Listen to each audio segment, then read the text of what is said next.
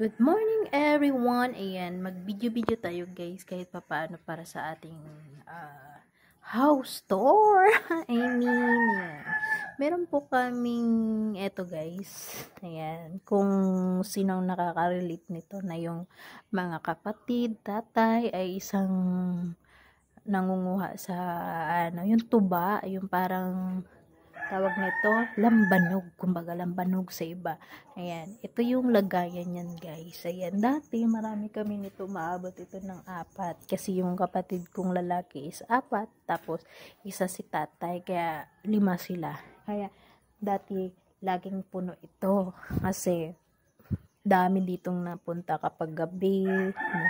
Nakipag-inuman, tapos minsan may bumibili, ginagawa din namin suka. Kaya itong hanap buhay namin noon na sa paggawa ng suka tsaka pagbebenta ng tuba ay isa to sa mga nakaprovide sa aming pangangailangan.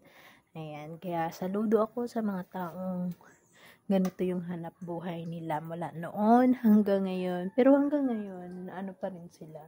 Pero medyo hindi na tulad noon na talagang meron sila. Ngayon parang hindi na gaano kasi nga busy na rin. Alam mo naman, mahal na mga bilihin ngayon. Kaya, ayan guys, ang aming labas ng bahay.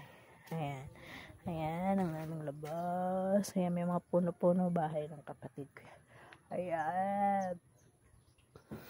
Ayan, madami dito mga kaniyugan.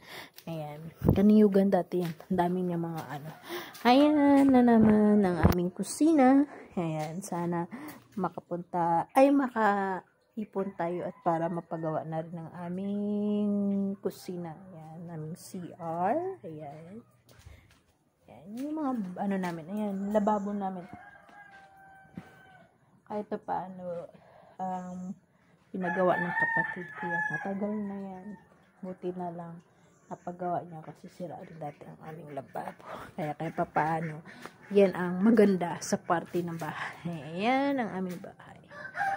Yan. Hindi pa yari yan guys. Hindi pa yari. Kasi nagtrabaho ako sa Maynila. Kaya papaano pinagpagawa ko ito.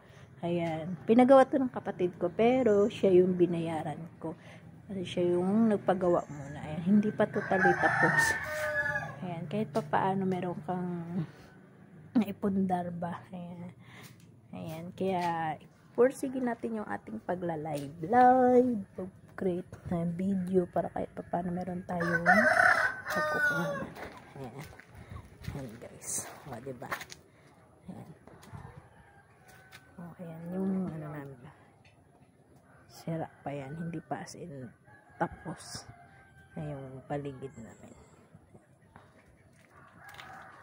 Kaya hanggang dito na lang muna guys, hanggang dito na lang muna. Bye bye everyone and thank you, mag-ingat kayo palagi. Thank you for supporting me, for watching my video, and bye bye.